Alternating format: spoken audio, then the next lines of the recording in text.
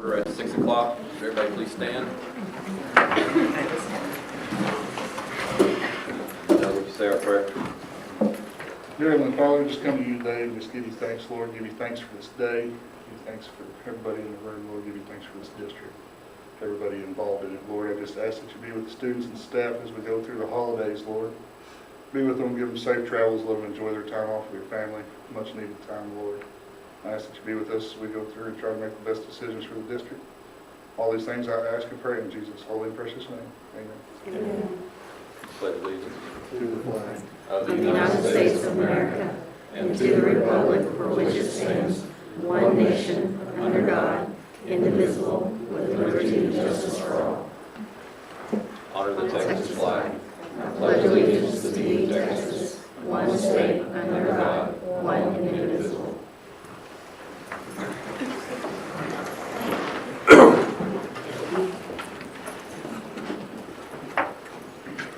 Nobody? Okay.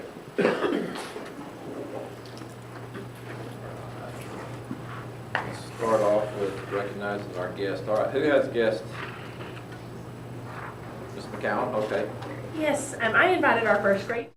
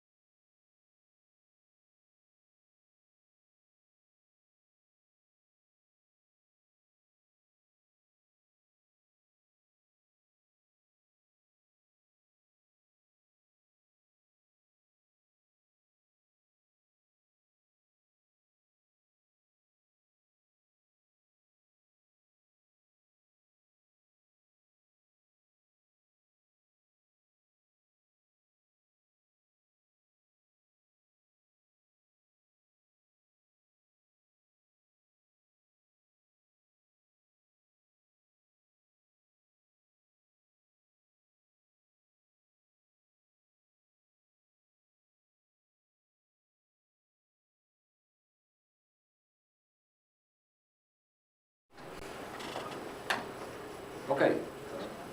Mrs. Carr. So I brought Miss Munden, who invited a couple of her students to come show off some projects that they've been doing in her class. So I'm going to let her give a little bit of an explanation about what they were doing. Okay.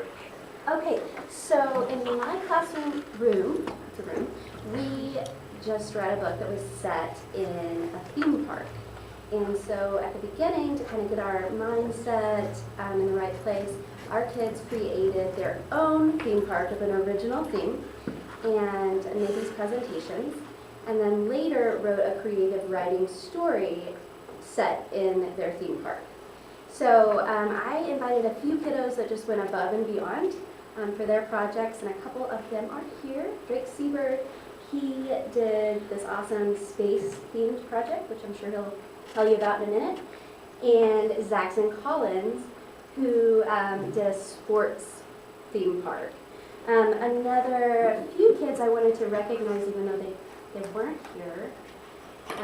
Cole Henderson, this was his sports world.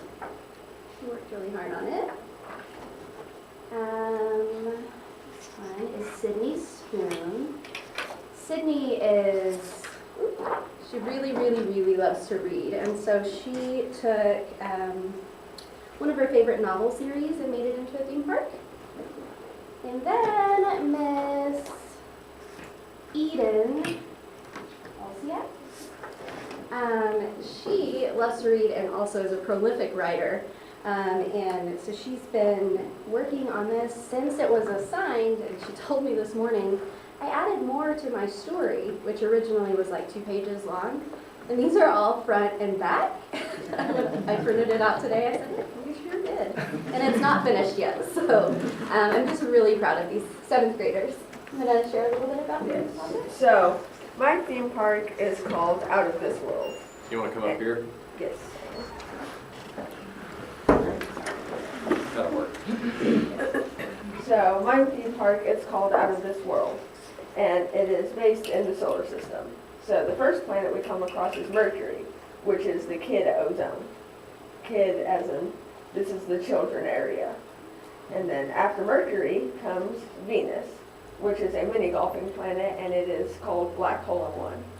Then after Venus, you have Earth, which is the cafeteria. This is space food. If you want Mexican food, go to Mexico. If you want, say, American food, go to America. Then after that, we have Mars, which is the arcade, and it's called Galactic Gaming. And then after Mars, we have Jupiter, which is called To Infinity and Beyond. And this is where all of the roller coasters are, and it goes like in the planet and intertwines. Next, we have Saturn, which is the Warp Speed Racer. It's a go-kart track that the track is around the rings. After Saturn, we have the Space Outhouse, which is on Uranus, and it is the restaurant planet. And then last, we have Neptune, which is Aqua, for sure, Astro Aqua, and it is the aquarium planet. And so, right here we have our little transportation, so you can get from any planet you want. Very good. Awesome.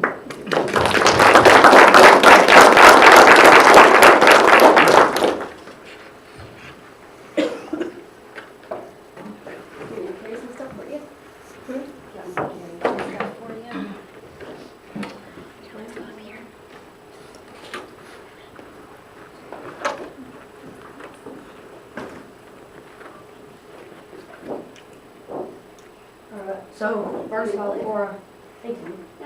for this presentation started, I want to pass out popcorn from the world's largest popcorn tower, my theme park. Thanks, Sarah.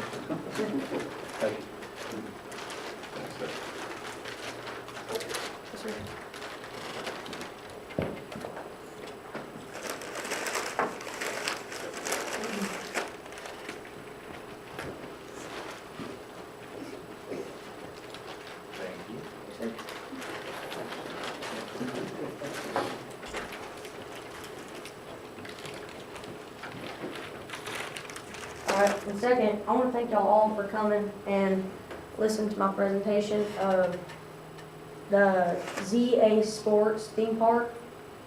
So, up in top right, we have the iconic Ferris wheel, the wind-up, and baseballs and footballs and basketballs. Whenever you get in, sit in the baseball, football, whatever. And then you go down and you have the tackle twister roller coaster. You have the swing ride, always at the carnivals. It's hit or miss. And you have the shoot hoops basketball court. Got the drop ball, the kind of explains itself. You go up to the very top and you get dropped at what feels to be 100 miles an hour. And my logo, it is round circle. Bottom 25% is a basketball. Other side's a baseball. Top you got a football. And down here you got the dugout diner, just a place to eat. Nachos, corn dogs, turkey legs, burgers, fries, popcorn, apple pie, funnel cake, pickle pops, and cotton candy. On food section, the drinks, you have water, lemonade, Sprite, Dr. Pepper, Coke, tea, Powerade, and limeade. And here is the world's largest popcorn tower that you could see from Texas, but not Texas, Mexico, I meant. And it is in Austin, Texas. Awesome job. So on the day that he presented this to the class, he brought popcorn for all of the students, and he even brought the recipe for his world famous popcorn. Good job.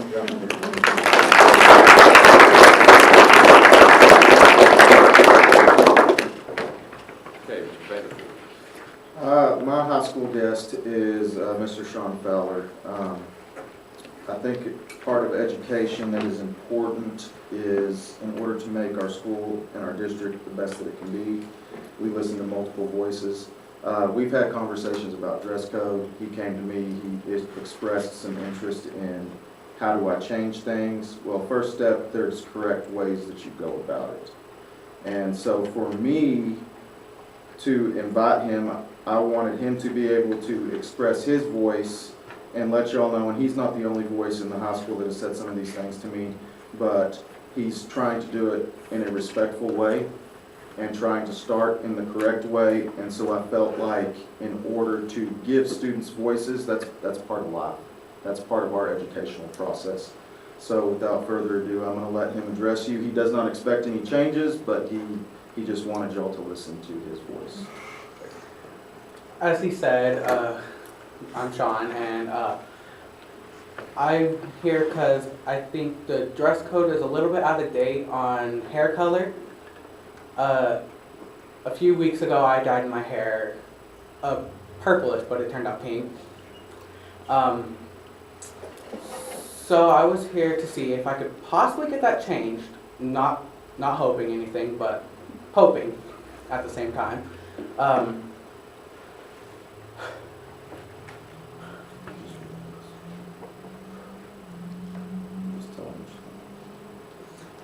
And I know the dress code is here because it could be a distraction to other people. But when I dyed my hair, the first day that I dyed my hair, it did not even distract people at all. Maybe first period, and they asked why. So I told them and everything. So I'm hoping, but not hoping, that it gets changed. And that's all I can remember. And I think his point is hair color to some of the students, it does not affect their education. But like I told him before, there's correct ways to go about it. There's correct ways to approach people. You need to remember your audience. Remember that your views are not the only views that we have to consider. But like I said, I felt like it was important for a student that was wanting to do the correct thing and try and do it in the appropriate way to at least be heard. So, Thank you for coming. Okay, Mr. Wiggins. All right, our first guest of the evening, I'm going to let Coach Henderson basically celebrate Jaren's accomplishments this year.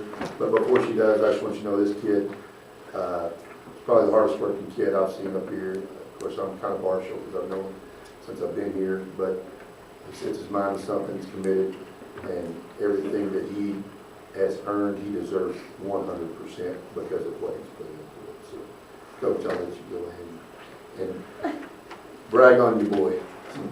So Jaren ran cross country again this year for me. Placed top, what, 20th in at regionals out of 167 kids. We missed going to state by 3 places. It's a little heartbreaking ride home, but next year. He improved his time at that regional meet by 5 minutes, which is a huge deal.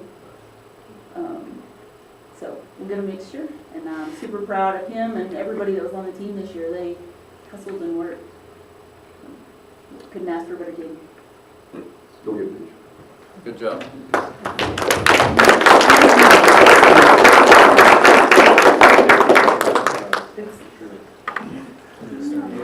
Come on up and get a picture with you. Get out.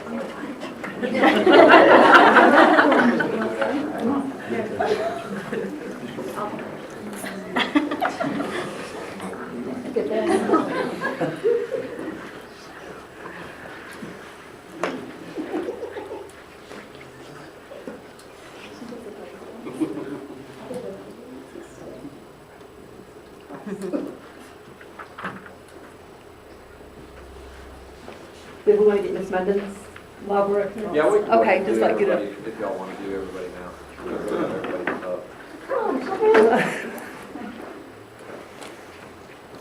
Take your words with you.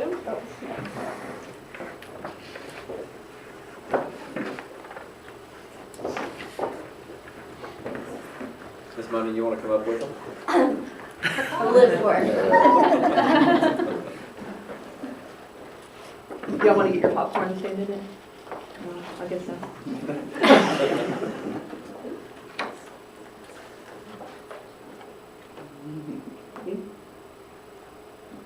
Good job.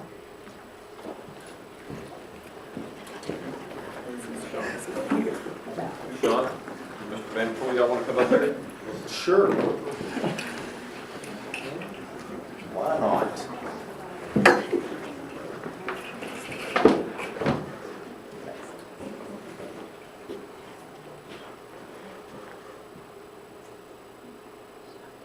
Did you get it? Got it. Perfect. I've got 2 more ladies that need to be recognized. Okay, can I, Oh, let's you do, have- Ms. Marshall, you want to come up with your teachers real quick, and we'll get a picture of all of y'all, and. That was a very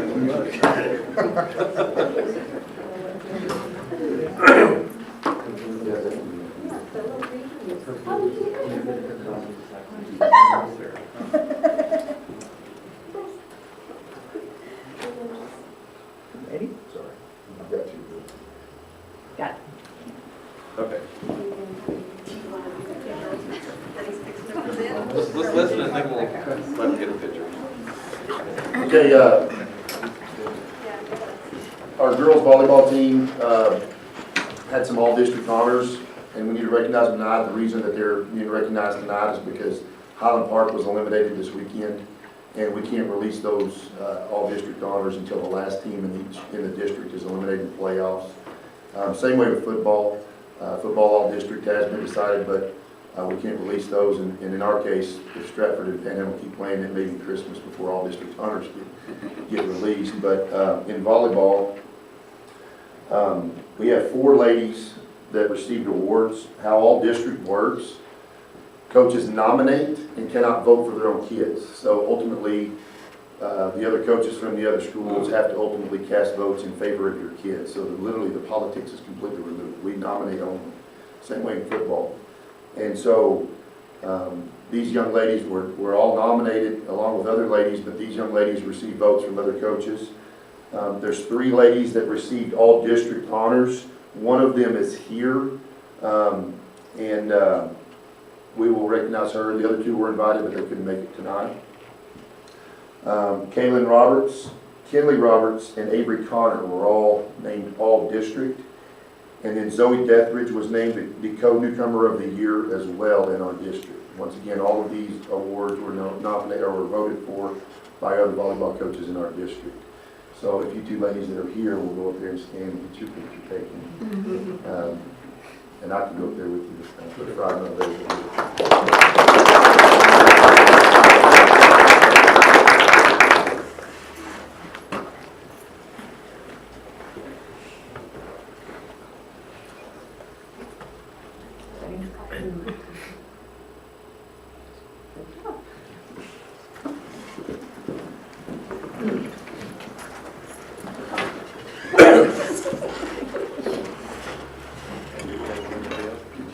Anybody else? No? Okay. If y'all want to stay for the rest of the meeting, you're more than welcome to, or if y'all want to go, that's fine too.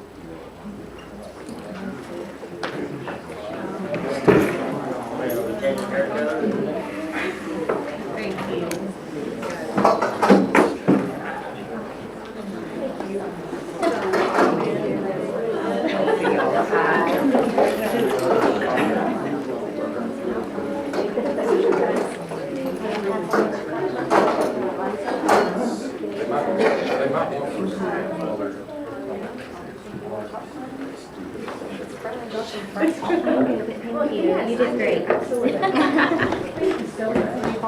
Sure, that was a great presentation.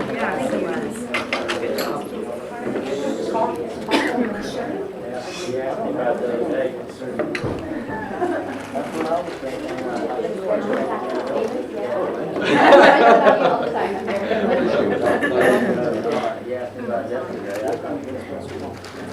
Good I'm fat.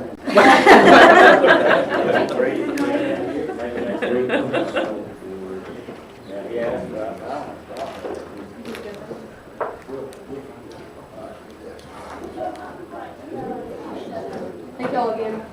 Thank you. Thanks. I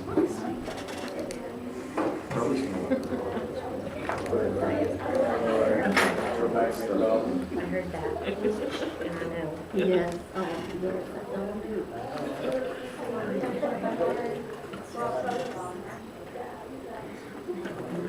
Alright, in new business, let's go to the consent agenda. Does anybody have any questions or modifications they want to do to the consent agenda? If not, I need a motion. I move to approve the consent agenda. Have a motion by Doug, do I have a second? Second. Second by Logan. All in favor? None opposed, motion carries. Right. On the regular agenda, discuss possible action on the DOI plan and amendments to it. On the DOI plan that we approved, I can't remember what we did, I think we did it back in May. There were just some areas in there that we didn't need anymore that I wasn't aware of, and so when I turned the plan in, they said I could amend it or I could leave it the way it was. But it had to do with the length of the school day. That's no longer a requirement for what they had, and they're one of the Texas Education Codes. It was 21056. Has to do with the State Board of Education and not TEA, and so I had to change that to 21055. But other than that, I didn't add anything to it. I just removed those areas that we did not need. Okay. Anybody else have any questions? Okay, I need a motion to approve the amendments. I move to approve the amended DOI plan. Motion by Chad, a second. Second. Second by Stacy. All in favor? All in favor, none opposed, motion carries. All right, let's discuss possible action on door repair. Mr. Hine. I gave you, this summer, when we went through our list of what was wrong, we found several doors in need of repair. And so we issued an RFP, because the price was going to be over the 50,000 mark that requires an RFP. So we only got one response back. The bid in front of you from Royal Architecture Products for a total of $55,970. That repairs every door that we're aware of that has structural issues. We repaired some ourselves that just had, like a closer broken or something, but if there's a structural issue, we had to have somebody else repair it for us. So that is the bid. Is there any questions? So each one of these pages is just one door, looks like, in the weather strip and threshold and all that stuff. Yes, sir. If we want to go into the details of what was wrong with each of the doors, we should probably do that in executive session. We have This is gone over something the. we have to do for the, Well, we went over when we last talked about Oh, safety issues, we went over all these doors and the issues they had. right.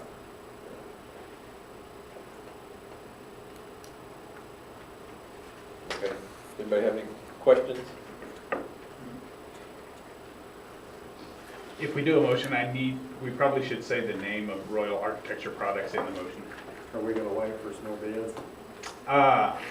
Probably, I would prefer not to. Even if Royal Architecture does all of our locks, all of our keys, and so even if somebody else bids, some of the work's gonna have to be done by Royal. And I don't really see anybody else trying to bid on this.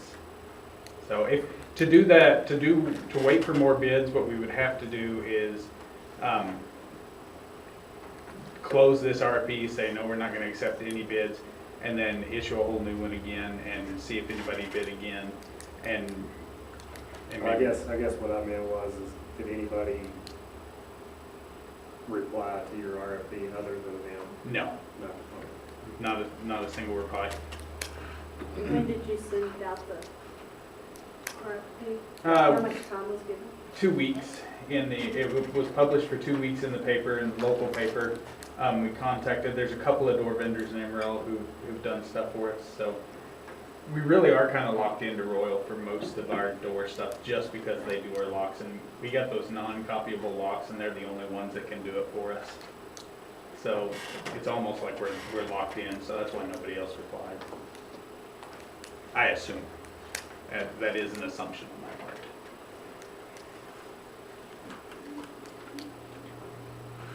It is a significant amount. 2 years ago, it would have been half of this amount, but doors are very This expensive. is installation as well, right? This is installation, this is everything, because it's installing a door, an actual full door is not something we would want to do, because doors are so easy to mess up. If you're just a little bit out of square, then they're going to be a problem for the rest of eternity.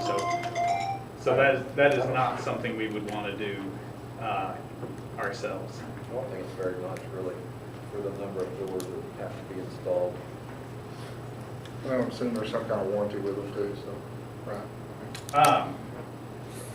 The doors themselves, I can't remember how much it is. It's not a great deal, because typically once a door works, it works. Right. Well, I mean, They as had far to as come- functionality or something. Functionality, yes, sir. Okay, okay. We had talked about having to redo the band hall doors in the past many times, Yes, so, they're original, so. and that's what, 4 of them in the band hall? There are 3, I believe, and then, yeah, there's 3. One of them that is a door that's in the building that's in that area, but it's not in the actual band hall. Okay.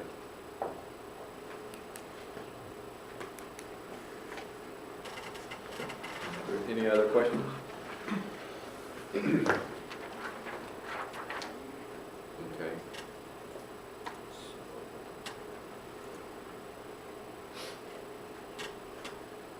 Okay.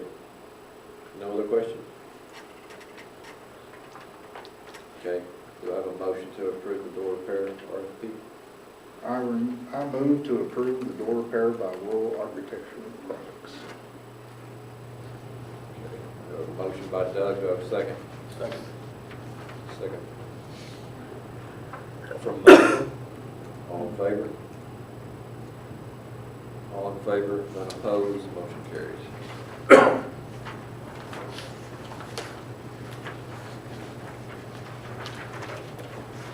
right, let's talk about budget amendments.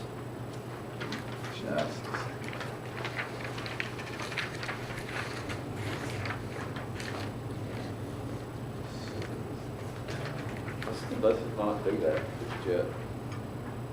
Well, I guess we can. The budget amendment just goes along exactly with this. It's that the amount for,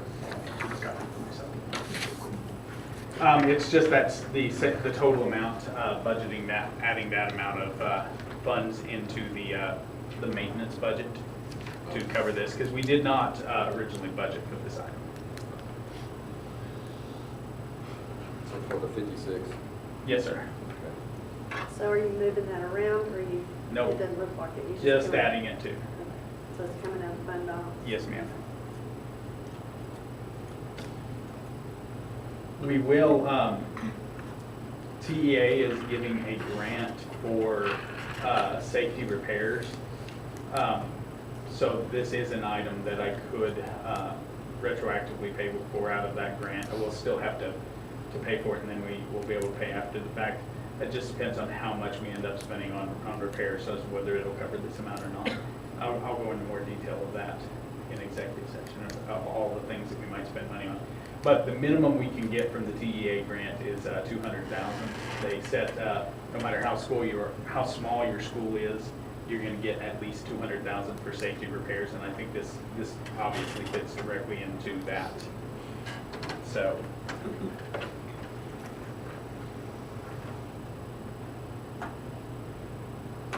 Okay. I need a motion for the budget improvement. I move to approve the budget amendment. Okay, have a motion by Logan. Have a second? Second. Second by Chad. All in favor? All in favor, none opposed, motion carries. All right. Discuss possible action or intruder detection.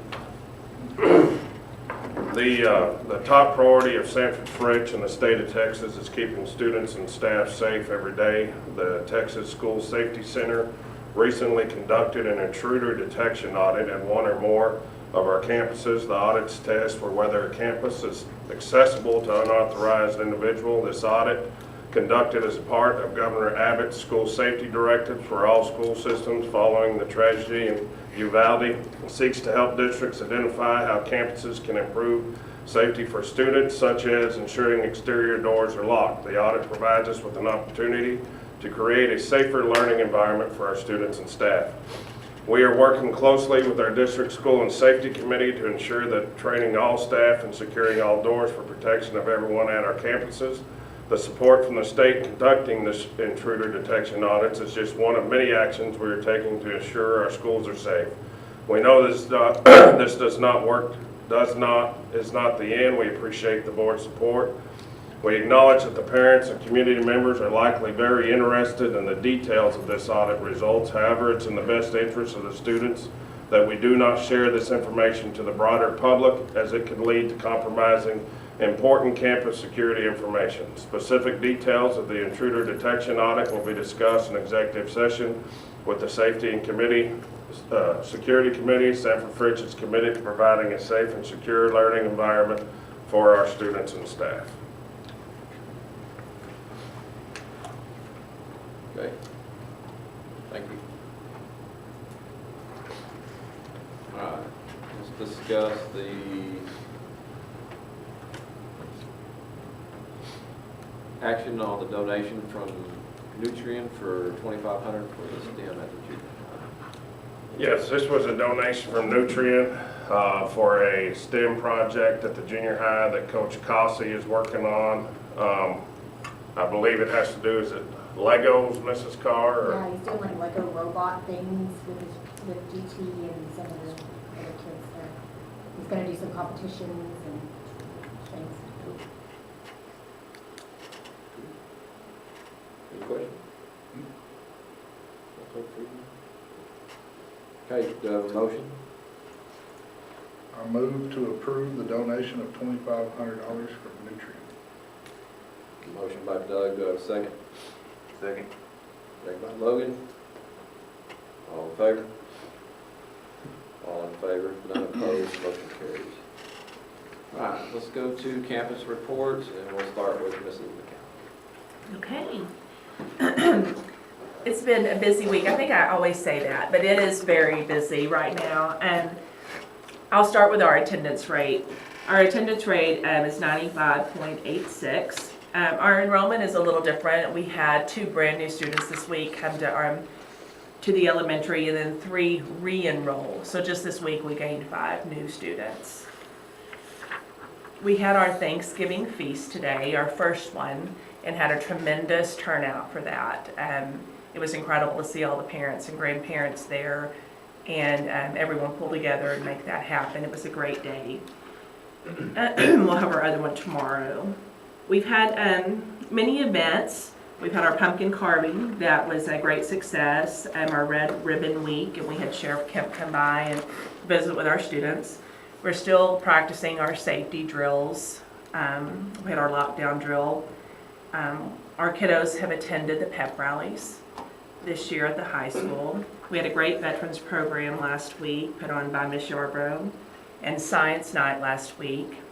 And our teachers are they're bringing things in that are more interactive for students and parents during those nights. 2 of our teachers at the science night really made that more interactive, which was a lot of fun for the kids and parents. We had our first set of little Eagle rallies and celebrated our students for their growth and their achievement and their attendance and their leadership. Looking ahead, we've also, I guess 4th grade took the interim STAR, which is a practice STAR test on the platform that they'll actually be testing. And they did this past week. And we're looking at everyone that is giving a STAR test in 3rd, 4th, and 5th grade. We'll do that at least 2 times. They'll do that more than 2 times, but they're called at-bats. And so 4th grade did their math and their reading on that platform with the new test type questions. And so we're getting good data back from that, and we're looking at that. This past week we've met and looked at data. We've looked at their OERs. Ms. Searles and I sat down and looked at the data that we're getting back. And then their NWA testing happens in December, and then we'll look at growth from the beginning of the year to mid-year, and look at who needs intervention. We've got a 2nd grade music program coming up in December, and then we've already set the schedule for our Christmas party so parents can take off if they need to, and we can accommodate that. The last page is just some pictures. I really, really love that top left picture because that is Mr. Keener. He has been a tremendous asset to our staff. He's an instructional aide. And he was actually Colonel Sanders, and those are his chicks. And that was for Halloween. And that was a lot of fun. The next is one of our little girls celebrating at ABC Cafe. We more than doubled the attendance of our kindergartners at the ABC Cafe. They're making great gains. We did something a little different the 6 weeks to with our staff and our teachers and our instructional aides had a virtual bingo, and so there's Miss Sanders celebrating her crumble cookies. She was a winner. And then some pictures from our pumpkin carving and Halloween and our dress-up days. So it's been a great semester, and we're looking forward to looking at the testing data from this semester and then moving forward. Good deal. Thank you. Okay, Mrs. Carr.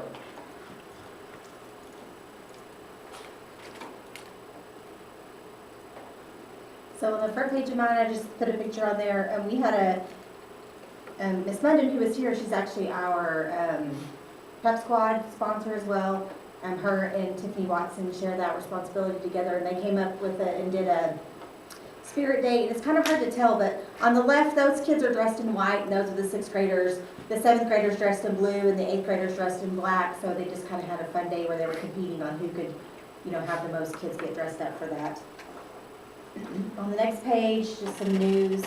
Not to step on Coach Wiggins' toes, but our 7th and 8th grade football team combined for their last game of the season, and they won, and they were all pretty excited about that. We were supposed to start basketball on Monday, but that got canceled because of snow. So their first basketball game is actually tomorrow here in French against Stratford. We're working on UIL. All the teams are practicing. Close to the 1st of December, the kids will go to Frank Phillips where they'll compete in all those events. We actually did some writing events at the junior high yesterday that Miss Broadus, who's in charge of that, will submit, and they'll get graded that way. Today, our student council, not the whole student council, but the student council officers went to Canyon and participated in a student council convention. Ms. Robinson came back today and she said there were about 500 kids there, so I think they all had fun at that. And we completed a lockdown drill on October 18th. So just upcoming events, I just have, we have lots of basketball coming up. When we come back from Thanksgiving break, that's when we're going to give some interim testing at our campus, where we'll be using that STAR platform. We'll treat it just like a STAR test day, where the kids will be, split up just like they would be on a STAR test day, and we'll have some good data from that we can look at for whenever we come back from the next semester. And the rest, UIL's on December 9th, and the rest is just some basketball information. On the next page, I have some attendance stuff. The top one is just our attendance for the second 6 weeks, which in total was 95.43. And then our attendance for the year on the bottom one in total was 95.57, so pretty even there. On the next few pages, there's a lot of DMAC data from all of our, I put all of our STAR tested subjects in there. A lot of this data is, I'm sure y'all heard many people talk about how we have all these new item types on the STAR test. So the test now is 75% multiple choice, and the other 25% are all these different types of questions. There's multiple answer questions, there's drag and drops, there's fill in the blank, there's short answer. The math test will have where you actually have to draw a graph. It has all kinds of new stuff coming out this year. So this 6 weeks, all my teachers really focused on trying to get those questions in their 6 weeks test so the students can start seeing them. And again, when we come back from Thanksgiving break, they're all going to see those again on that interim test, just trying to get them all ready for that. That way it's not a surprise when they get to the test. They know how to answer those kinds of questions. So there's a lot of that in this DMAC data. I won't go over every single one of those, but I can look at those. Then the last couple pages are just some pictures about things that have gone on the campus. We had Red Ribbon Week, where we had a lot of dress-up days, and the kids really liked all those, so I just threw some pictures on there about that. We had some kids dressed up as senior citizens, and one day we had Dress Like Your Type, and there's a picture of our staff who they all really were excited to dress like their husbands because they wanted to wear sweatpants and things like that. And then there's a couple of Halloween pictures. We had a bunch of kids dressed up for Halloween, and the bottom picture is the staff. We dressed up like a circus because it's junior high. So. The next page we had on Red Ribbon Week, we did have Constable Hartraft come and talk to all the students about the importance of being drug-free. And in that picture on the top right there, you can see she arrested Coach Brewer, which all the kids thought was hilarious. She was just kind of giving an example of how she would arrest someone, and they thought it was the best thing ever. And then the bottom picture there is Miss Robinson. She was going over all of Newton's laws recently, and she had the kids build some cars and out of cardboard, and they used balloons, and they had car races. And so this picture was at the end of the day. These were the top 2 students that she saw throughout the day, and they were having their race to see who came out first at the end of the day there. And I think Bristol won, Bristol Dickerson. And the last page is just some other stuff that happened. The high school had a blackout pep rally that we went to, which the kids all really loved. It gave me a little bit of anxiety, though, to have all the kids in the dark. And then the top right picture there, Miss Robinson, the last home game, she had a tailgate party in her room and sold snacks for Stuco. And I think she had way more kids show up than what she had planned on. She had a lot of kids want to participate in that, so that turned out to be fun. And the last couple of pictures, the last pep rally, the junior high won the Spirit, should have been Spirit belt, but for some reason, somebody couldn't find the belt that day. And The cheerleaders hid it in the cheer room. we won a Spirit Star. But then the last bottom picture there, Dr. Vanderpool did bring over the Spirit belt for some of the girls to take a picture with. So. And that's it. Thank you. Right. I will say that the Spirit belt was in the cheer room. The cheerleaders had it in there for some bizarre reason. I don't know why. Okay? Not my fault. I did find it. Mr. Drake served as the honorary veterans captain at the last home game. That's something that particular officiating crew always likes to do. We also gave some of the underclassmen football players on senior night, wanted to give Brandy Baker some flowers for surviving cancer and some things like that. Scroll down. See those. All right. Band made it to area that unfortunately they did not advance. But if you ever got to listen to them, they did an excellent job this year. Mr. Lucas is doing some great things. And hopefully we'll continue that excellence that is continuing to go on into solo and ensemble. Playoff game versus Ropes. We did not come out on top for the volleyball team, but those are some good pictures. Most of my pictures, I will admit, I stole them from Tom Drake because he does an excellent job of taking pictures. Scroll down, Felix. We do have some JV pictures, and then Coach Wiggins, of course, taking the boys over to the elementary for the last football game. I think that's very important for our high school kids to interact with the young ones. I don't think they understand a lot of times the impact that they truly have on those kids. Moving on to attendance, not where I want it to be, but that's kind of an ongoing thing. We've had some sickness, trying to chase down kids who've been chronically absent due to various reasons. Got a couple of those kids that we think are on the right track. I think this is year date that I'm looking at. Yes, yearly is 93.5, so it rounds up to 94, which is right in line with where we were last year. October, November 11th, I think is what it was, sitting at 92.5. And like I said, I pulled some kids in and already told them, hey, if you don't start getting your butt to school, you're not going to get credit for the classes. And they're like, oh, I'm like, yeah, you guys are here. So we've seen their attendance already uptick. For the data, next slide. There we go. I put in, I won't bore you too much, I put in some of the U.S. history results, the English 1 results, and the English 2 results. Next slide, Felix, right there. You can see how the kids are doing across the board on some of those questions. Scroll down, Felix. English 1 data, I want you to pay particular attention, and English 2 data, to the meets category. Mrs. Searles has helped the teachers put in those STAR performance standards so that we can see where they're at. One of the goals that we had at the beginning of the year was to have 60% meets, because we believe that if we can get those kids to meets and masters instead of just the approaches, it's going to solve a lot of our issues. Mrs. Searles and Mrs. Lyles and I have been working on CCMR.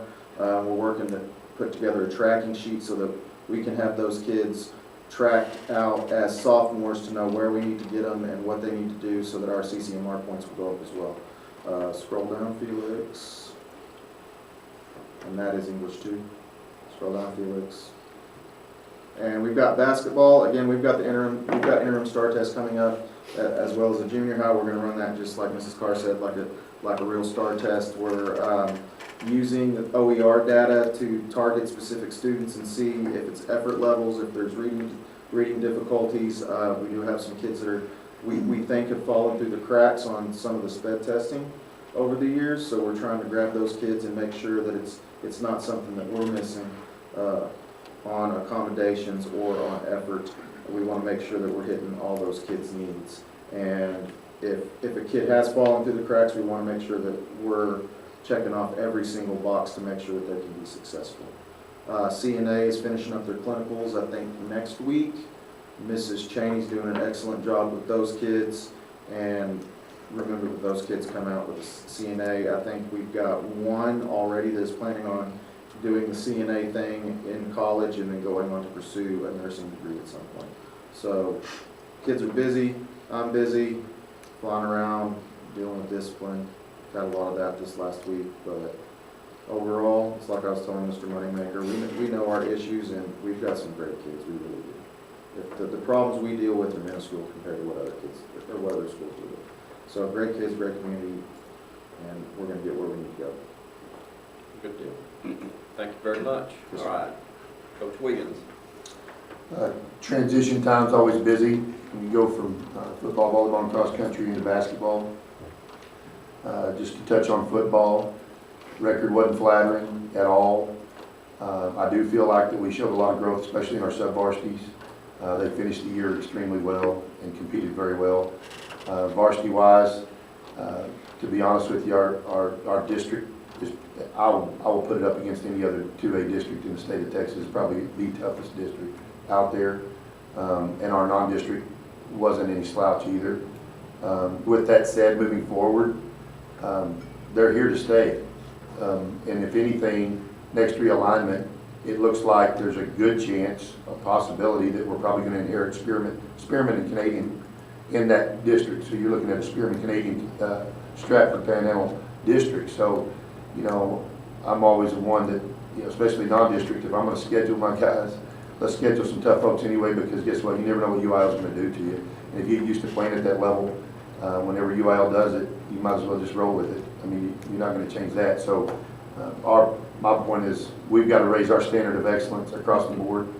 And I think the sub-varsity program, as far as football goes, has really taken that. I mean, they're working really hard in the weight room, and they realize that you can't just show up on Friday night and win games. A lot of games, 99% of games on Friday night are won from what you've done from ground zero all the way up until you become a varsity football player. And so it's not such a thing as recreational football anymore. You have to commit. And it can't be just 4 or 5 of you. It has to be a large number that commits. Cross country, once again, that program is really excelling, especially on the boys' side. We do need to see larger numbers in the girls competing. The toughest part of that is volleyball games are on Saturday. So it's difficult to pull those volleyball athletes during cross country because they're competing in volleyball. So if any kid that's a girl that wants to run cross country, it's very difficult to get them to go compete if they're in volleyball. So the ones that are competing are typically the basketball kids, and we can't make them, but they do run the workout. So it's tough on the girls' side. On the boys' side, we play football on Friday night. So there's no conflict Saturday with the boys, and so our numbers with the boys are larger. I mean, William runs, there's several boys that run. Even though they play on Friday night, they'll go compete at a cross country. So those numbers are up, and a lot of that's by default. But Shaheena's done a really good job with that program.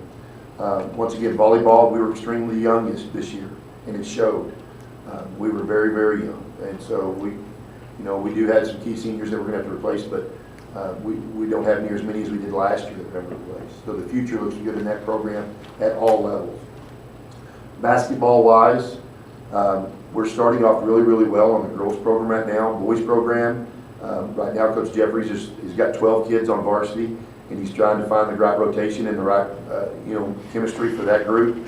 And I figured that it would kind of be rocky starting off just because we did graduate some key seniors last year off that basketball team. So once that group meshes, I think they're going to be playing very well at district. But we're playing some tougher teams right now, which is a good thing because it'll prepare them for it. When it comes down to 6th grade PE, we've been blessed to have a lot of coaches in the PE period. And so during football and volleyball, we literally focused on football and volleyball, and you can see some of those pictures there. Now that basketball's hit, we're literally exhausting basketball fundamentals, so that way when they get in junior high, at least they've picked up a ball before and know the basic fundamentals of those sports. And so we just tailor our PE curriculum to whatever sport's going on. A lot of y'all get my weekly overview that I share to Google Doc, and it's fluid. So if there's any adjustments I make throughout the week, it automatically changes on your end too. But that also tells you not only just what's happening in athletics, but also the 6th grade PE. So you can kind of get an idea of what we're doing. Another thing, Mr. Vanderpool mentioned the band at Advanced. I know one thing for the football team, we always go and support those kids. And I'll be honest with you, I think it helps our football players more than anybody. Our football players don't ever get a chance to watch the band compete at halftime because they're in the locker room trying to get adjustments, and we're sitting there, on the chalkboard. So for them to go out there at the Dick Bivens Stadium and watch our band compete, and then also the sheer reality that, if we make the playoffs and make a run in football, we get a chance to play at a stadium possibly like that. So it was a great opportunity for our football team to go support our band. And as much as the band appreciated the football team going and supporting them, I firmly believe it helped the football team more than anybody. Just because they gained a greater appreciation of all the time and effort it takes to get that choreographed. Because there's a lot, there's a lot of steps, there's a lot of work, and a lot of moving parts for that. I did put a picture of a donut in the turf room. We didn't have to utilize the turf room as much in the mornings because the weather permitted us to go outside for junior high practice most of the time. Now we did use the lights, and so Richard Hines is going to be plenty happy that the electric bill is going to go down a little bit now that football's over, because if y'all haven't seen it, every morning when y'all came up here, we had the lights on, but we're utilizing that facility, and I know that the surge charge and everything happened, but with the weather the way it was, but now that football's over, you won't see it, but notice we used it more for than just football practice. We ran our kids on the track, and we utilized that facility as much as possible. We still lift and run in the mornings, but now we're tailoring our condition to being in the gym more than we were outside. There's a few pictures there that I took of Jaron at regional cross country, as you can see. And then also took some pictures of us playing Highland Park. As you can see, Highland Park girls just got beat in the regional finals in volleyball, and there's a reason behind that. When we stepped on the court against them, literally the court tilted. They are huge. Those girls were massive. And, our girls competed with them, but I'm just telling you, just the sheer size differential was there. Moving forward, like I said, basketball, it's kind of a crazy deal because we always get snow here and there. All I can request is that understand when schedules do have to get changed due to weather, and understand sometimes there's an official shortage right now, and they've made it very clear to us that finding officials is very, very difficult, and Mr. Vanderbilt can attest. It is very difficult, and sometimes we have to move games just based on availability of officials. So I will give you a heads up that usually basketball, you see those schedule changes more than you do in football, because football's once a week. But other than that, everything's rolling smooth. Our kids' attendance and participation levels are great. We've got teams at every level, and so I'm tickled with that, and I'm just tickled with the way the program's going. Does anybody have any questions? Okay. Thank you. Thank you. Ms. Rose? Alrighty, so on the first page I just put some things that have been going on with me.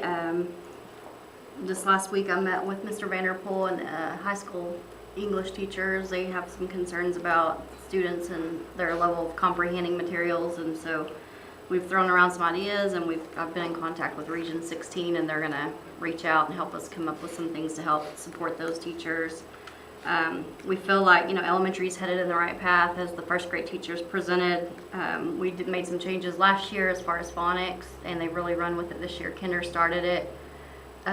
Also, in pre-K also has a program that supports it. So I think every level of elementary is really kind of headed in that right way. And I keep telling the teachers at junior high and high school, just, hang on. It's not change isn't fast. It's going to happen, but you'll see it eventually. And so some of the things elementary is building on is just going to support junior high and high school as it goes. And so, we think English is headed in the right direction. Math is our focus. It was our lower, a little bit lower on our scores as far as STAR last year. And so we did bring a consultant in, and Miss McCowan and I and all the math teachers at elementary met with a math consultant of a program that Phillips 66 is. We applied for a grant, and they approved us for it. It was just a short application I have filled out, but it was $36,000 worth of computer programs for the next 3 years that will support math instruction at elementary school. And so they brought a trainer in. We met with the trainer, hands-on. The teachers kind of started the program a little bit last year. We didn't know a lot, but once Phillips sent the trainer out, the teachers have found a lot of value in this math program. That it's really interesting. It's called ST Math. The kids think they're playing games with this little penguin, and they don't realize that they are learning math conceptually. So they're learning the concepts, not just how to add 1 + 1, but they learn these games. And even the teacher, they made us play the games, and we're like, there's no instructions. You don't give kids instructions, but you make them figure it out, which is where our kids struggle, is with reasoning and thinking skills. And so this program is really pretty cool. And so we're working on building math skills at elementary school. I've been working on our bilingual ESL handbooks, our ESL English as a second language population in the district's growing, and so we've been working on creating and updating our handbooks. The biggest focus I've had as far as what I've been working on is teacher incentive allotment and data dialogues with all the principals. If you'll scroll, I'm not going to go over every page, but I put in every math, so every, starting with third grade, every STAR tested math subject, their last assessment they've given, and the little charts at the bottom are how each population did. We want to look specifically at individual populations and see where we need to target. And so it just goes from 3rd, 4th, 5th, all the way up through Algebra 2, even through Algebra 2 in there. The principals have met individually with each teacher. We've got some problem areas, and the principals have met with the teacher specifically. They go over each test. They go over each question. If they see a specific question as having an issue, they talk about it, and we discuss, what do we need to do to help get those areas up. So we are working on a lot of data, but math is really kind of my big focus at the moment, figuring out where we need to support teachers and getting math scores up. I do think some of the things that English teachers are doing as far as comprehension are going to help support math as well. If you can't read the problems and you can't comprehend the problems, then your math is not going to be well either. So it's kind of hand in hand with both of those subjects. What I wanted to do though was go over I have a PowerPoint for teacher incentive allotment. I've met with all of the teachers on every campus this week and last week about teacher incentive allotment. I've learned a lot more, and so I'm going to just present you guys the same PowerPoint they got, and then after, it'll be tomorrow probably, I'll send out a survey. We have to send a survey out to request for volunteers to set up our committees so we can actually start figuring out like the little pieces we're going to come up with. And so you guys will be in the survey as well. And so anyway, this is just an overview. Yeah, go ahead to the next one. And so basically this is just the pathway for the teachers to be able to earn a higher income where they stay in the classroom. That way they don't leave the profession maybe to do another job or, try to, they can earn money in their classroom making a bigger difference for our students. And it was in statute. It started way back when the Reading Academy started, so that's been going on for, 4 years now? And so that's back when this started, so we're starting now. All right, go ahead. Basically, there's 3 different levels the teacher can be recognized at. Basically, the first is recognized, and there's exemplary and masters. And they get different funding levels based on those different levels, and I showed you those last time. Right now, it's about $5,500 for a teacher who's recognized, a little over $11,000 for a exemplary teacher, and $20,000 a year for a master's level teacher in our district. So that's about what the state would pay those teachers. There's not a cap on how many teachers could get that. Recognize that little, what do you want to call it? I guess. Designation, I guess would be the best word. How those are determined is based on how we set our system up here in the district. Okay. So like I said, those are the designations. One other way for the teachers to be designated would be through the National Board Certification, and that is, it's a national type thing. The teachers can pick what test they want to take. It's like a master's class. There's 4 tests that they would take.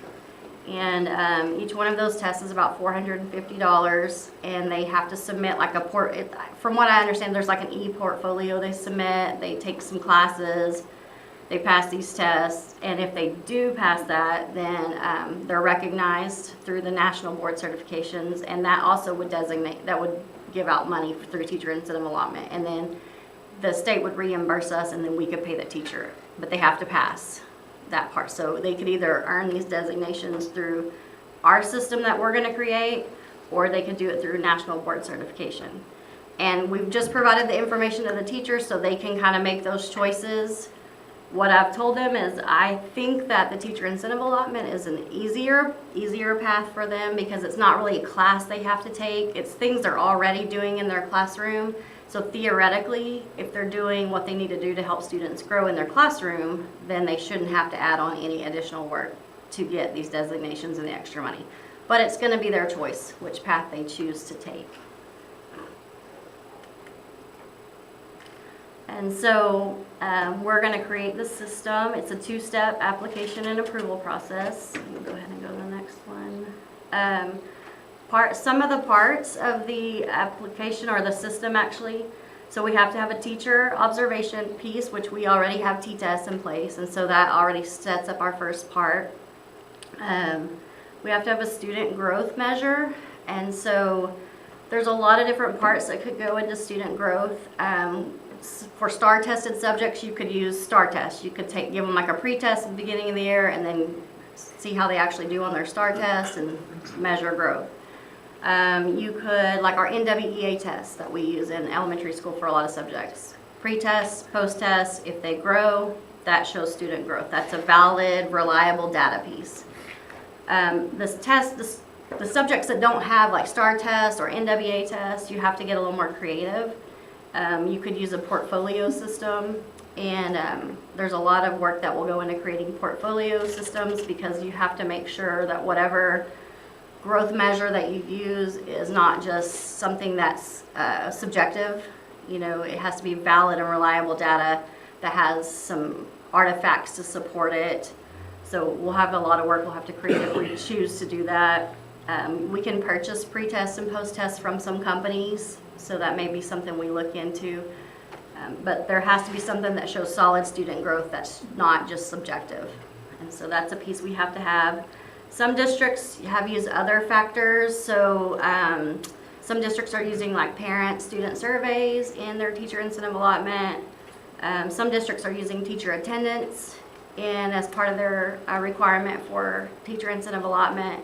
There's a lot of different things, like whatever we decide as a district, we can throw in there. And we also get to choose how much we weight each piece. So when we look at teacher observation, we can say we want to do like 50% teacher observation, 50% student growth, and that could be it. Or we could say 60% observation, 40% student growth. Or, you know, we could even say, you know, 50% teacher observation, 40% growth, 10% teacher attendance. I mean, it's all up to us how we decide we do that. We just have to set the system up. And then after we set our system up, then we submit it to TEA in our application, which is due in April.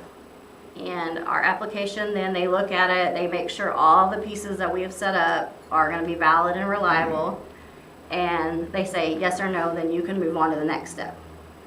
So if you'll go to the next, I think there's a little chart. Oh, one other thing is we have to come up with a spending plan. I'll tell you this part too real quick. So say for example, a teacher's recognized and the state says we're going to give them $5,500. As a district, we also have to decide how we're going to spend the money. 90% of the money has to go to the teacher directly. It could be in the form of a direct payment to their paycheck. It could be, you know, we are going to give them part of the money in their paycheck, part of the money could go to their TRS account. So teachers have to get at least 90%. We could retain 10% in the district for costs, like for the pre-test, post-test, for costs associated with dealing with the teacher incentive allotment. Or we could give the teachers all 100%. So really that's another decision we'll have to make too, is how we're going to spend the money for the allotment. So here's just like a little timeline. We're basically in year one. We're working on the application. We'll have a teacher or buy-in survey that we'll send out. So once TEA approves our application, then we move into year two, which is our data capture year. And so we start looking at T-test observation data. We have to make sure, you know, that all the administrators rate teachers consistently across the district, so we have to calibrate with each other, make sure we're rating everybody fairly and the same. We have to look at student growth data, all of our pre-test, post-test. We gather tons and tons of data, so this would be next year after application is approved. And then we send all of that data to Texas Tech. Texas Tech then reviews it to make sure that our data looks good, it's reliable, it looks like it's across the state would be accurate. And then once Texas Tech approves that data next year, then they say yes or no that we earn the money. And so once we earn the money, then we have to submit it, get it to the teachers by August 31st after Tech approves it. So, we've got to finish this year to get our application done. Next year is a data capture year. At the end of the data capture year is when you're awarded yes or no and you get the money. And then, so year 3 then, you can start changing it. If we decided we only wanted to do STAR tested subjects first, to start small because they recommend starting small, but it kind of depends on our committees how they decide it, then you could keep adding on subjects later. So, just if we started small and then we wanted to add extra subjects, we could do that. We can change our plans. If we don't like how something's going, we can change it, but there's a lot that's going into this right now. So what we're at right now is we're gonna send the survey out and we're gonna start asking for committee volunteers because we have to start creating all of the little pieces. The first thing is we have to decide what teachers are we going to recognize or choose to put into this. Are we going to do it little or are we going to do it big? And so that would be our first step because everything else depends on that decision. So that's going to be my first survey sent out, volunteers to get our committee started so we can create, figure out how we're going to do this. And I've asked the teachers, this is your system, so you've got to have a voice and you've got to be part of it to let me know because I can't do it alone and it can't even just be 2 people. It's got to be lots of people. It's going to take a lot of time, but in the end, I think it's going to be worth the time and effort for the teachers to get some recognition that they deserve. Another bonus to all of this is all of the House Bill 45 tutoring we've had to do, pulling all the kids. If we have teachers that are in these designation systems, putting them in those classrooms takes away that requirement of having to pull kids for special tutoring and all of that because they say that's the kind of teacher they need to have. So we don't have to do extra stuff. So it's a lot. Any questions I can try to answer? I'll go back to the reading real quick. Is that curriculum, is it available for other grades as well? Really great reading. 3rd, 4th, 5th? We use it we use it up through, we use it through 5th. Yeah, we use it for pre-K through 5th. Yes. Okay. Yes. So what they've done in the past, and Christy she can answer, she can throw in more, she knows more about it than me. But in the past, before I started elementary school, there's 2 different kinds of reading books, I guess. There's level books that are filled with words that are not decodable. So, like in kindergarten, students are responsible for just short vowel words like cat, dog, mom. Well, in the past, we required them to read up to level D. Well, level D has words with like vowel teams, R-controlled vowels, digraphs, trigraphs, things that aren't even in the kindergarten teaks. And so the kindergarten teachers are jumping through hoops trying to teach not only their teaks, but teaks above their teaks to get their kids where they need to be. And then the same in the 1st grade.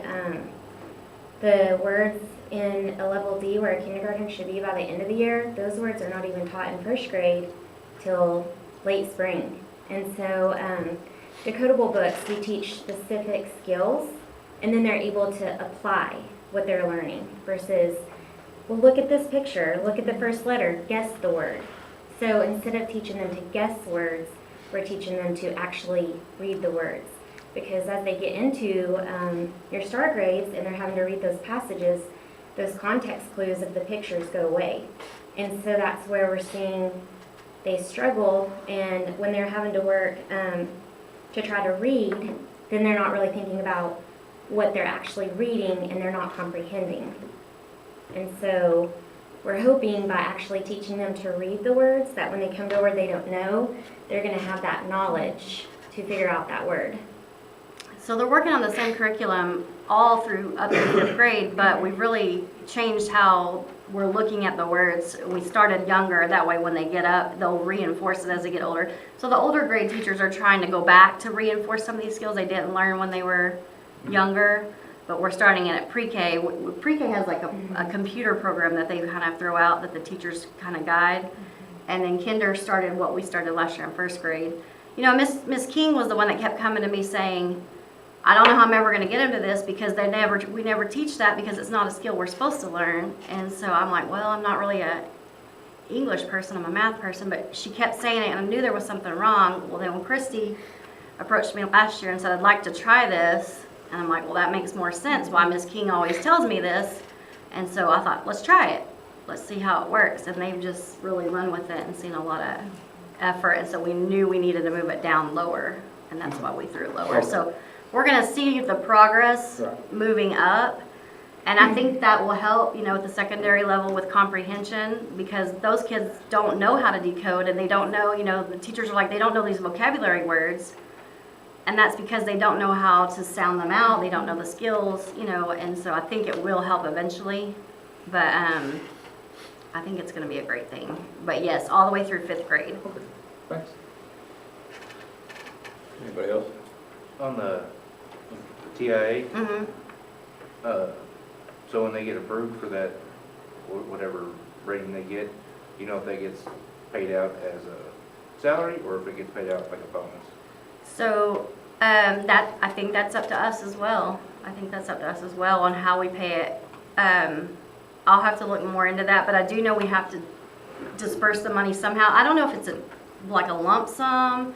I know they say you have to disperse money by like August 31st of that year that you get it, but I don't know how that works. I'll have to dig more into the spending plan part. One thing I forgot to say too is the teachers, once they earn that designation, they have it for 5 years. And so say a teacher hits the recognized level at first and you can't be bumped down. They are evaluated every year to make sure their teaching stays up, but they can't be bumped down. But if a teacher does some things to actually they can bump their level up, so they can move up to an exemplary or a recognized, and so they can actually increase their levels over the next several years, but they can't go down. So it's a yearly payment? Mm-hmm.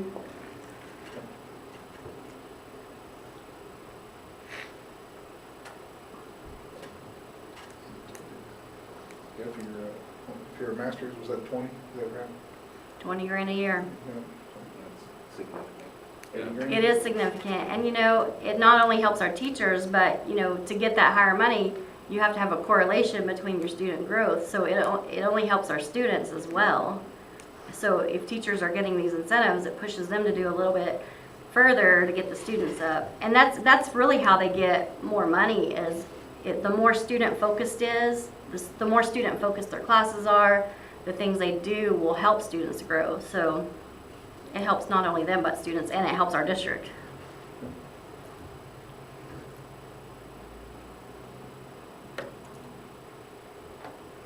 Like a great program.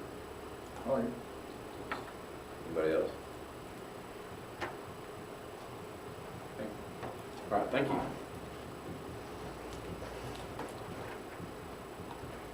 Okay. Mr. Hine. Okay. Go through your reports. I have several things to talk to you about today. One thing that I didn't write down here that Mr. Williams reminded me of. August through September, our electric bill was substantial. It's like close to double what we normally pay. I can't remember, they don't call it a surge charge, but there's an additional charge that's for the highest amount, highest 15 minutes of the day, you pay X number. And it really is about surge, because when you turn on an electrical device, the most power it draws is when you very first turn it on, so it really is surge. They have a different name for it, I can't remember what it is. But anyway, demand, there you go, I could not think of it. The demand rate raised significantly in August, and we could tell. And now, from our last bill, it looks like it's going back down to the rate it was. It's Bane's fault. They're the ones that was out there marching. But we are going to try to do some things in the future. Like, for example, with those LED lights on the field, you don't have to have them at 100%. So we've asked them, to try at lower percentages, 50%, 25%, see if it's still light enough to do it. We're staggering when the heaters, or when the air conditioners, because they're the ones that use a lot of electricity, we're going to stagger when they come on so they don't all come on at once. Even if they're on longer, because if I push them back they still, you won't get that surge all at once when they all come on. And we have, Mark and I went through several things, you know, staging when our lights come on. We're still proceeding with replacing LED lights, so we're hopefully gonna cut electric usage, but yeah, it was substantial. So when we get towards the end of the year, I suspect we won't have enough in our electricity budget. So we'll have to increase it, probably. Who knows, maybe you know, one of the things is we had a extremely warm fall. We really didn't have a fall. I mean, we just went from summer to winter, and so, you know, that's longer that the air conditioners were running. Who knows, maybe we'll have a really long winter, and so we won't run air conditioners because heaters don't take nearly as much energy. So we'll just have to see. But yeah, we use a substantial amount of electricity in those first few months. Other things I have, Mr. Moneymaker asked me about the Techstar rates, how much they've gone up, so I put those in there. So for last month, we got 2.8531%. That'll equal, like, for our Go account, that's $5,000 of interest for last month, which is up again from what it was. Currently, on the 11th anyway, when I did this, it was up to 3.5848. So all that money we're going to lose in electricity, we're going to get in interest for our money in Techstar. So the rates are just going to continue to climb. Mr. Garrison and I went to investment training Tuesday? Someday this week, I can't remember. Monday, I thought. Was it Monday? Oh, it was Monday, that's right, yeah.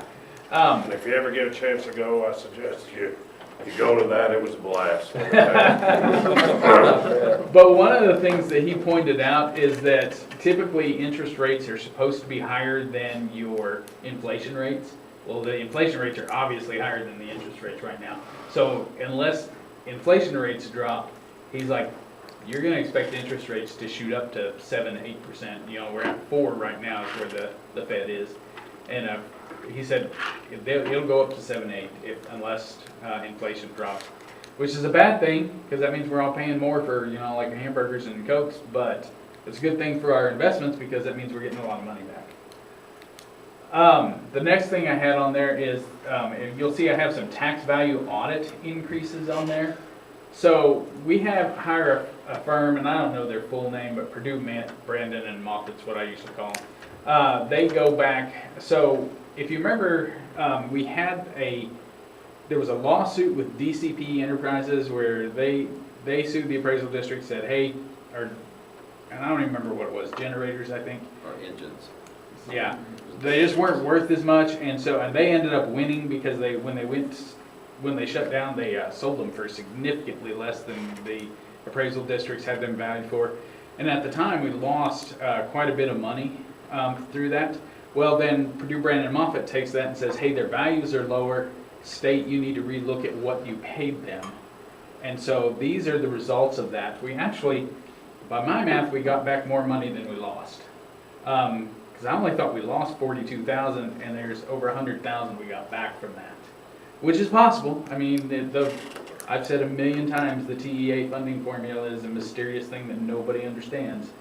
So they did give us that money back this summer, so we've already received it. It's in, like the line below when I talk about the fund balance, it's already calculated in there. But so that was just additional money that we received from the state. Because what they'll do is when we go back and look at the books, and so you can go back to, like I remember one year, it was from 12 years prior, there was an adjustment said from, 2008, $5 increase in revenue. So they'll go back as many years as they want to go back to adjust stuff, and you'll just see them on our payment schedule saying, okay, there was an adjustment from however many years ago. And that's what they did this summer before they did the final settle up payment, is they went in there and adjusted these prior years and added those values back in there till we get to our final amount. So that was a good thing for us, and they do that all the time, Purdue, Brandon, and all the others at Al. It used to just be 3 names, now it's like 6. Anytime they look at, every single year, they look at our values and say, hey, should we file a protest? And then when they think it's worth it, because we do also have to pay them, they get 7.5%. So if this like $100,000, they'll get 7.5% of that. So they'll send us a bill for that pretty soon. But so it's a good deal for them when they find it, but they look at it every single year and they'll send us a letter saying, hey, we're not gonna protest, or they'll send us a letter saying, hey, we are gonna protest. So, and they've done that as long as I've been here. So it's a pretty good deal. The financial audit's complete. For once, Mark didn't put us off till January. So he was here for 4 days, I think it was, and though he still calls me like every night for a few pieces of information to put in the report he's gonna give you. He wants to give it in December, and when you go to set the date, I'll talk about the date he's not available. Our fund balance is sitting at 3.2 million, which is about what I was thinking, so that's, after all that we've been through in the past couple of years, COVID and all the mold stuff, I'm very happy with that. That's a good place to be sitting for us. Our child nutrition was 42K in the positive. 18,000 of that is a grant we got from TDA that we're spending that money this year, but the rest of it was just because of all of it. I mean, they were paying for every kid, and they were paying at a higher rate. However, this year they're still paying at a higher rate. It may even be, it was definitely higher than before all this started.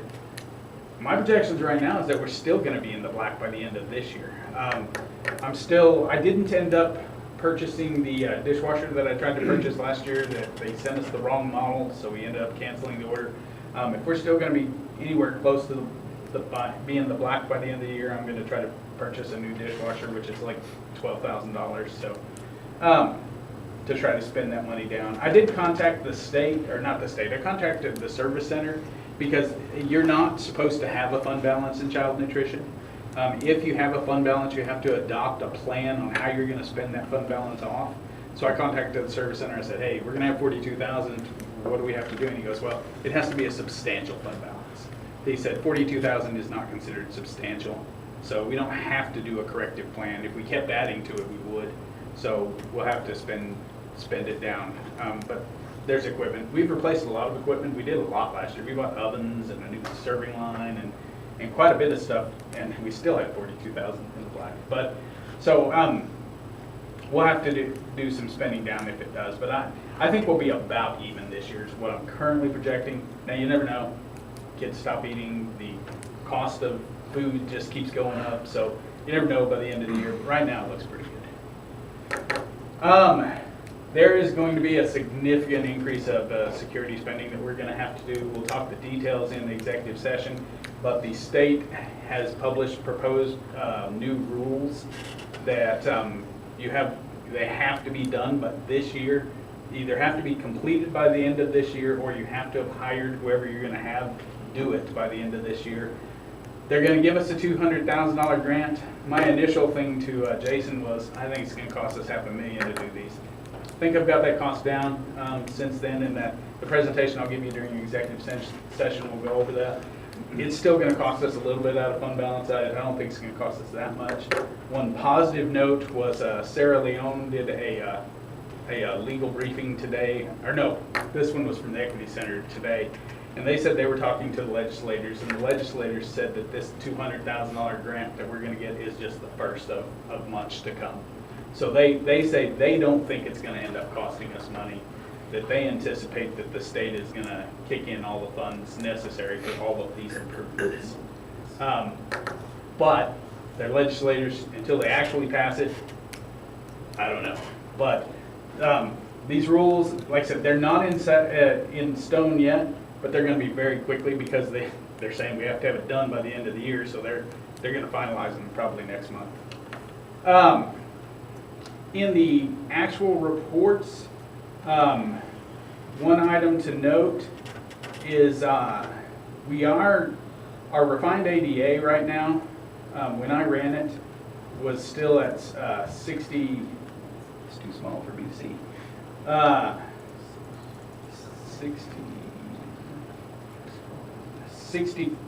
632.563.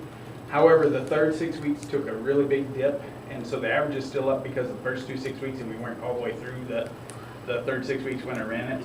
I'm assuming that's in attendance, and we're down, I think in we're down a little bit, did you say, in enrollment? So hopefully hopefully we can stop that decline. But right now, the 632 looks really good. That's more than we anticipated. So we're pretty happy with that, but it's starting to taper off. Any questions on anything? I got got 2 questions. They're just follow-up questions, actually. Sure. They're not on here, but the AC on the gyms, did we already get those done? They are completed. Yes, sir. Okay. And then one for fun. The elementary roof, the lawsuit that was going on with that. That company filed bankruptcy and went out of business, so there's nobody to sue.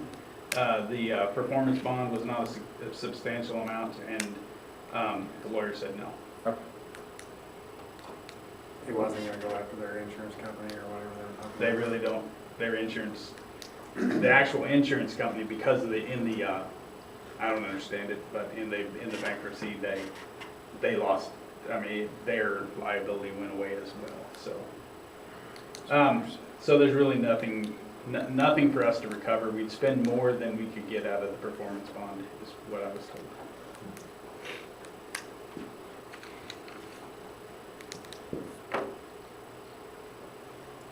Any other questions?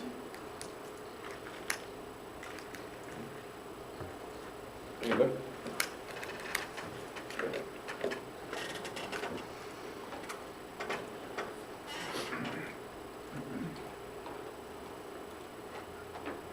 All right, Mr. Garrison.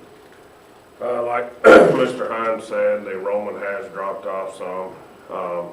But again, you know, with the refined ADA, we're higher than we anticipated, so that's good. You know, they're working on attendance and getting those things up, and so that's positive.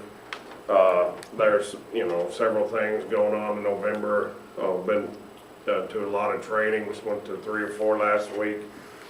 You were a part of, you know, the policy review, and y'all got the good end of it, because, you know, we spent 3 hours with her on the day that we had the board meeting, and then the next morning we spent about 3.5 hours going over policy and how to do things. And again, here in a couple weeks she'll send it, and we'll go through it all with all of you. And so I think that was positive. It opened our eyes up to a lot of things that either we were doing that were different than the policy, so we need to change how we were doing, or how the policy was outdated. And again, when we get those policies back, we'll sit down with all of you and go through all of it.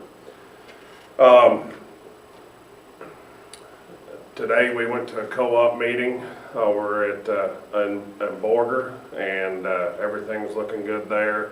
Lots of referrals for spayed kids and things of that nature. Mrs. Brown explained it all to us, and so that was good. And again, we had the financial training on Monday, and so I'm trained up on that now, so we're legal. And then had some other training last week, and so it's been busy. You know, the admin team, they've been working hard, going over data, OERs and different things for their staff, so I appreciate their hard work, working, you know, and improving, doing what's best for kids. And I appreciate Mrs. Searles and the work she's putting into the teacher incentive allotment. It's something that, you know, I feel is important, and we talked about it before, and, you know, really me trying to do it was, I don't think, possible. And with her being on board in the position she's in, it's allowing us to do that for our teachers, and I think it's going to be positive for them. So I appreciate all the work she's been in. I have attended some of the webinars, and one of which she had a doctor's appointment, so I sat in, and I didn't know as one that I needed a microphone, and so they're asking me questions. I try and type stuff, because most of the ones that I do, you know, there's not any back and forth really, so that was a fiasco. But so I let her do that, and then I'll go back and look at them later, or over her shoulder, or whatever. So, but I appreciate all their hard work, and the teachers, and you know, there's a lot of positives going on. We just got to keep working hard and doing what's best for kids. Okay. Can you interject something real quick under my report? Sure. I was thinking about your question. Hmm? That was with the law firm that was associated with that law firm from down south. Might not hurt us to rerun the issue by our current lawyers. So we'll do that.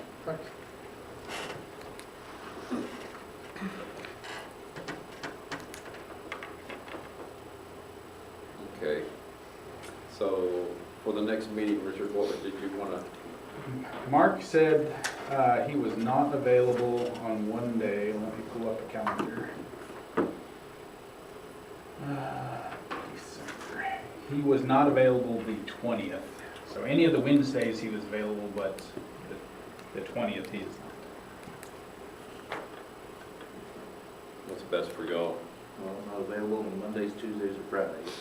So Wednesday's good, so let's look at, how about y'all want to do the 7th or the 14th?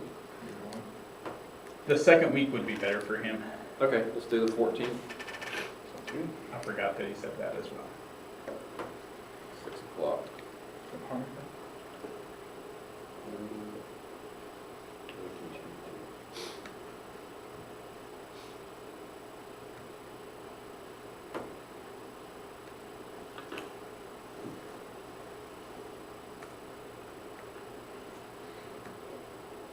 Okay. 6 o'clock. Okay, so for tomorrow and Friday, we're gonna hand turkeys out. Tomorrow we'll do turkeys at the elementary. So we need to see who can be there. What time do the buses start coming through?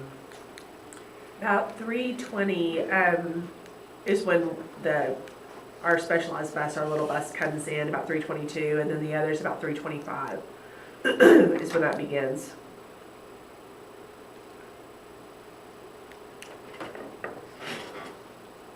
So We usually get there about 3, you get there by 3, Yeah. you're out Logan, aren't you? Tomorrow, or are you out Friday? Friday. Well, but if that's what they're later today. But, yeah, I should be able to make it tomorrow and Friday. So we need somebody to pick the turkeys up, so that means that they need to be Do they know, do we There. know how many each time, each day?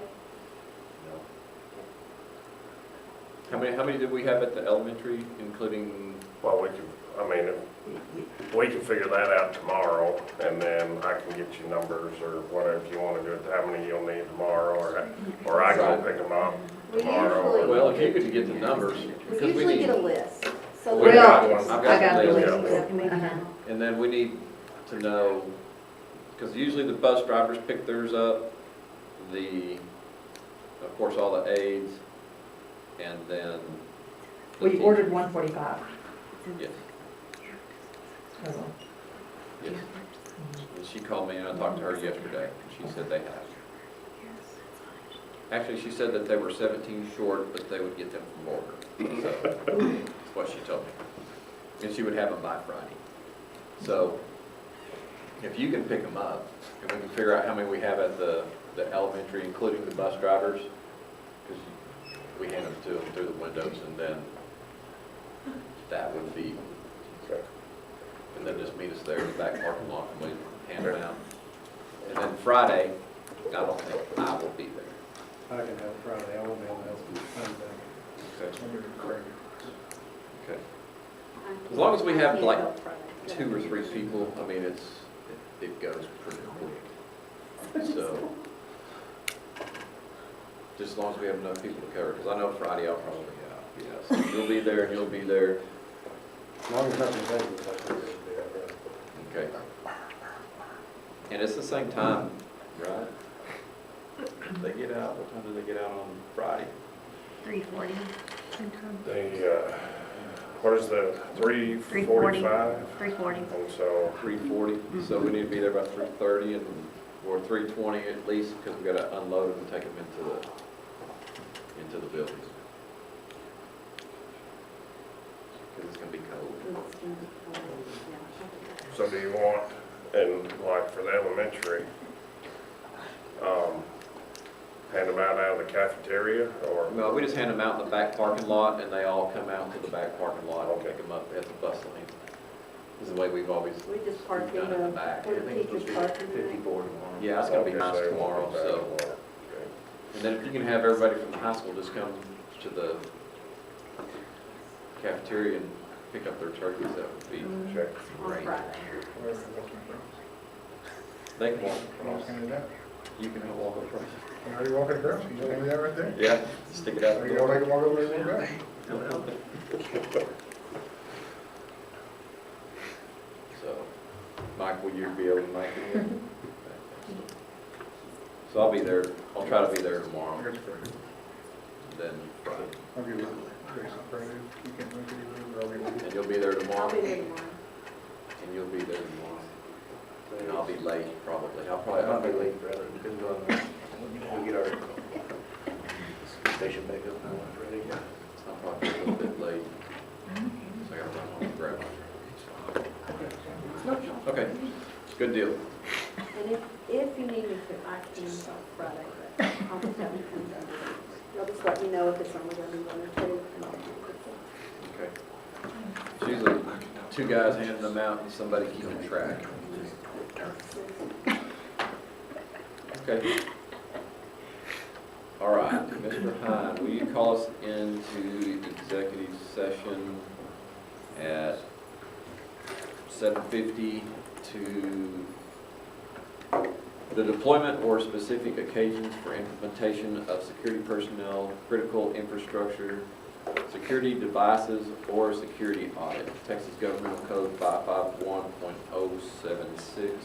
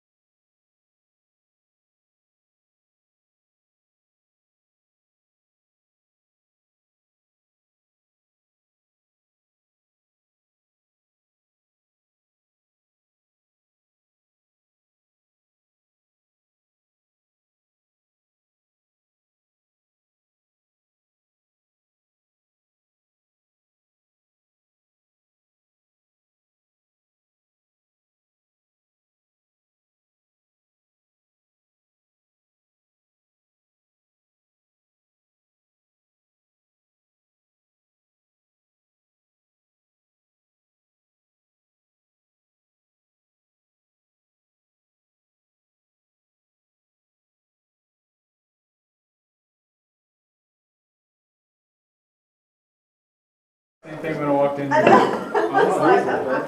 It's like, Yeah. that smells like popcorn. Yeah. Oh, you're on. Smart like Chad. Yeah, he's,